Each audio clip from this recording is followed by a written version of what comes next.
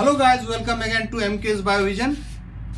Today we'll continue mutation. I have already discussed about spontaneous mutation in my earlier video. Today we'll discuss induced mutation. Induced mutation क्या है? Induced mutation artificial mutation है that can be induced with the help of certain radiations, chemical or biological agent. Certain radiations, chemicals or biological agent collectively called mutagen.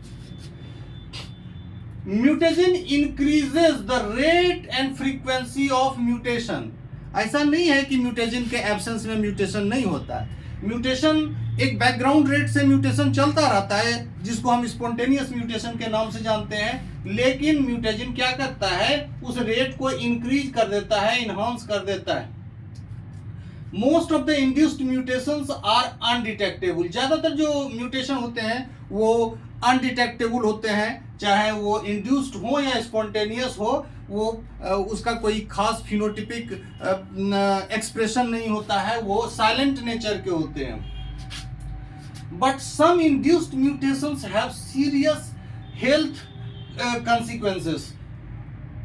कुछ mutation के impact serious होते हैं, जैसे congenital या birth defect होता है. इसको हम टीरेटोमा के नाम से जानते हैं. जो बर्थ डिफेक्ट या कंजेनाइटल माल फॉर्मेशन होता है उसको हम टीरेटोमा के नाम से जानते हैं. ये भी इंड्यूस्ड म्यूटेशन के द्वारा हो सकता है. कैंसर का डेवलपमेंट या ट्यूमर का डेवलपमेंट हो सकता है, तो ये कार्सिनोजेनिक नेचर का भी है. और क्रोमोजोमल एबिरेशंस हो सकता है, यानी कि क्रोमोजोम में ब्रेकेज हो सकता है. ब्रेकेज और उसके बाद रीज्वाइनिंग.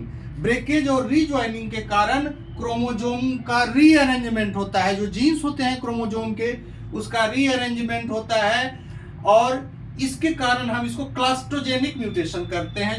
वो म्यूटेशन जो क्रोमोजोम को तोड़ दे उसको वैसे म्यूटेशन को क्लास्टोजेनिक म्यूटेशन कहते हैं. और जो एजेंट ऐसा कराता है, जैसे मान लीजिए हार्ड एक्सरे का हम उपयोग करते हैं, उसमें भी एक्सरे डैमेज होता है, ये क्रोमोजोम का डैमेज होता है, उसको भी हम क्लास्टोजेनिक म्यूटेशन कहते हैं. और क्रोमोजोमल एब्रेशन के बारे में हम लोग जानते हैं कि या तो इसमें कुछ पार्ट का डिलीशन होता है, डुप्लीकेशन होता है, ट्रांसलोकेशन या इन्वर्सन. ये 4 तरह के एब्रेशंस होते हैं. ये यदि इस तरह के एब्रेशंस होते हैं तो हम इसको क्लास्टोजेनिक म्यूटेशन कहते हैं. DNA damage. यदि डीएनए डैमेज हो जाए, डीएनए डैमेज होता है तो जो रिपेयर मशीनरी है, मैकेनिज्म है शरीर का, वो अपने आप उसको ठीक भी कर लेता है. चाहे प्रोकैरियोट हो या यूकैरियोट हो, उसका रिपेयर मैकेनिज्म अपने आप ठीक कर लेता है. लेकिन there are certain DNA damage which cannot be repaired और cannot be repaired by the DNA repair mechanisms.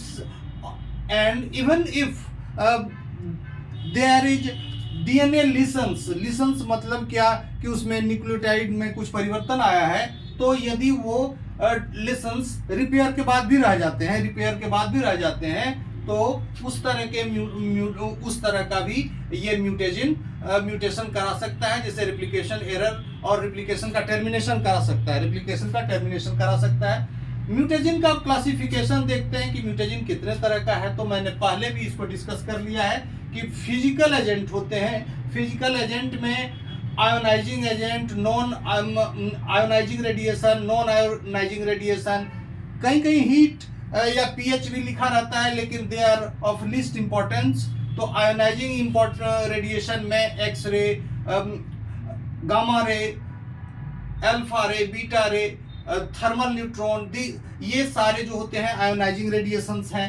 ये एक्स रे और गामा रे को छोड़कर ये सारे पार्टिकुलेट नेचर के होते हैं. जबकि ये नॉन आयोनाइजिंग रेडिएशन यानी कि यूवी रेज हैं, ये भी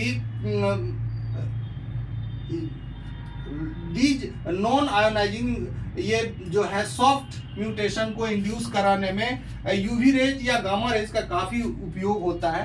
केमिकल एजेंट्स में हम देखते हैं कि there are chemicals which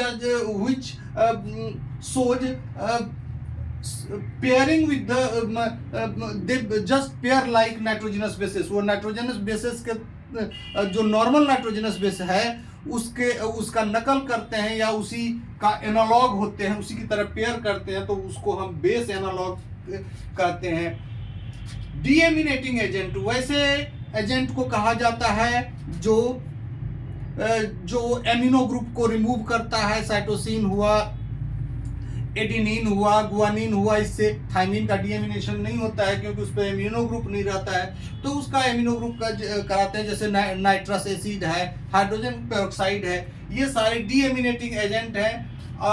super oxide ये डीएमिनेटिंग एजेंट है। एल्काइलेटिंग एजेंट यानी कि ये alkyl group, ethyl group, methyl group ये ऐड कर देते हैं नाइट्रोजनस बेसिस पर, इसलिए इनको एल्काइलेटिंग एजेंट कहा जाता है। इसके एडिशन के कारण क्या होता है, उनका पेयरिंग बिहेवियर या पेयरिंग पैटर्न बदल जाता है। पेयरिंग पैटर्न बदलने से ट्रांजिशन और ट्रांसवर्सन म्यूटेशन होता है। ये बेस एनालॉग से भी होता है, डीएमिनेशन से भी होता है। और इंटरकैलेटिंग एजेंट होता है किसी नाइट्रोजनस बेस को पूरी तरह से हटा के उसी के जगह पर ये बैठ जाते हैं, जिसके कारण ये फ्रेम शिफ्ट म्यूटेशन कराते हैं। फ्रेम शिफ्ट म्यूटेशन, तो intercalating agent, frame shift mutation, और ये जो है ये सारे के सारे बेस सब्स्टिट्यूशन म्यूटेशन कराते हैं। बेस सब्स्टिट्यूशन म्यूटेशन,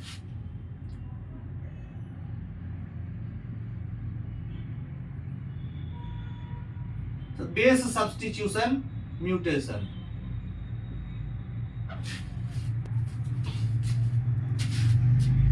थर्ड जो एजेंट है, there are certain biological agent which can also introduce mutation such as transposon, ये रेट्रोवायरसेस होते हैं, जंपिंग जीन्स होते हैं, ये भी ट्रांसपोजन कराते हैं। हमने ट्रांसपोजेबल एलिमेंट के बारे में भी लिंक दे रखा है अपने में। तब तक हम लोग ये समझ चुके हैं कि क्या क्या ये कर सकता है। जैसे once again I would like to revise, क्योंकि ये सारे के सारे जो इसका it is not possible to cover all the things in the same video, इसीलिए हमने इसका सभी का लिंक डिस्क्रिप्शन बॉक्स में दे रखा है। अब इसमें once again I would like to revise it कि ये जो इंड्यूस म्यूटेशन होते हैं, ये ज़्यादातर म्यूटेशन साइलेंट नेचर के होते हैं। कुछ म्यूटेशन जो होते हैं कंजेनाइटल डिफेक्ट, बर्थ डिफेक्ट कराते हैं। बाय बर्थ यदि कोई डिफेक्ट आ रहा है तो उसको हम टीरेटोमा या कंजेनाइटल डिफेक्ट के नाम से जानते हैं। कैंसर डेवलपमेंट यानी कार्सिनोजेनिक होते हैं, और कैंसर कई तरह के होते हैं। क्रोमोजोमल एविरेशंस हम लोग जानते हैं, क्रोमोजोम के टूटने के कारण होता है, और जो टूटने और जो रीज्वाइनिंग के कारण होता है। और डीएनए डैमेज यानी कि डीएनए में वैसा डैमेज जो रिपेयर मैकेनिज्म को स्केप कर जाए और वो परमानेंट लीजन के रूप में हमारे डीएनए का हिस्सा बन जाए। Will give the link of all the 3 types description box. Thank you. तो आप इस लिंक को डाउनलोड करके या फिर इसको देख के आप अपना नोट्स बना सकते हैं। Okay, thank you.